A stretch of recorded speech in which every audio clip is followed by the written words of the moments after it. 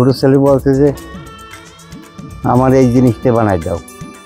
তা বলছে ও করা যাবে না, তুমি অন্য কি চাচ্ছ? মাঝি ছেলেকে বলছে, কয় তাহলে ডাঙ্কা বানাও, বড় ডাঙ্কা বানাও। তখন বলছে যে বড় ডাঙ্কার কথা বলছো, ও একটা চামড়া পাবা, এত বড় চামড়া পাবা, কয় চেষ্টা করতে হবে। তখন বনগায় যাইয়া যে মিস্ত্রি করছে তার কাছে গেছে, তাই করছে যে আমার এইরকম বড় ডাঙ্কা করি। তখন সেই মিস্ত্রি বলছে যে ডাঙ্কা কত বড়?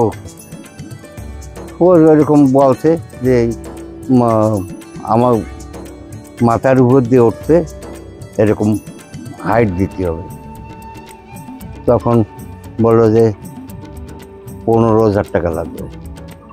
তখন ও 10,000 টাকা বায়না দিল। বায়না দিয়ে ছুঁই আইছে। 6 মাস পরে ফোন করছে, তোমার ডাঙ্কা রেডি, নিয়ে যাও। তারপরে গেল, যাইয়ে সেই টাকা ইঞ্জিন ভ্যান নিয়ে যাইয়া ইঞ্জিন ভ্যান ভাড়া দিল 1,000 টাকা। সেই ডাঙ্কা নিয়ে বাড়ি আসলো, ওর টাকা পয়সা মিটে যায়। তারপরে তো এই টলি বানালে, এই চাকা করতে হবে, এ করতে করতে করতে করতে 30,000-এর উপরে খরচ হয়ে গেছে। যত লোক আছে আমাকে পাড়া দিয়ে সব চলে আসছে, প্রায় 1000 লোক যাবে। প্রায় কাছাই যাবে না। কতজন মিলে এটাকে নিয়ে যেতে হয়? এই যে 2 জন নিয়ে আইছে, আর 2 জন বাজাবে। যে লাঠিটা দিয়ে বাজাচ্ছেন তার ওয়েট কত? 2.5 থেকে 3 কেজি। এরকম কটা লাঠি আছে? 3টে। এইটা দিয়ে বাজানো হয়? এই দুটোর ওজন হচ্ছে 2.5 কেজি, আর একটা আছে যেটা 3.5 কেজি হবে। একটু অনেক বড়। এটা কিসের তৈরি? এটা হচ্ছে তোমার গুরু গাছের লাঠি। আচ্ছা, এটা দিয়ে বাজানো হয়? হ্যাঁ। ডাঙ্কা এসছে, কিন্তু এর থেকেও অনেক ছোট এসছে। 2 জনা গাড়ি করে নিয়ে আসছে। আর এটা তো চাকা লাগানো হয়েছে, 7 ফুট হাইটি, 19 ফুট বেড। এত বড় ডাঙ্কা এখনো দেখা যায়। এবার আশা করা যায় ঠাকুরনগরের এই ডাঙ্কা নিয়ে গেলে সবাই ভালো দেখবে এবং ভালো বলবে। আর ওখানে তো ভলেন্টিয়ার লাগবে ডাঙ্কা ভিতরে নিতে। আপনারা কবে বেরোচ্ছেন? কবে? আমরা বুধবারে বেরোবো। বেরিয়ে ওখানে রাত থাকবো। বৃহস্পতিবারের দিনকে আমরা মেলায় ঢুকবো। যেতে কত সময় লাগবে? ঘন্টা 3 লাগবে।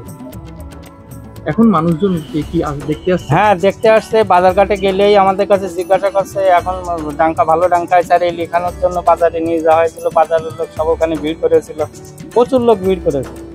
এবার মতুয়া ঠাকুরনগর মেলা, হ্যাঁ, মতুয়া ঠাকুরনগর এবার খুব ভালো হবে। সবাই আনন্দ পাবে এবং দেখতে আসবে। আর আমাদেরও পাড়ার লোকের আনন্দ আছে।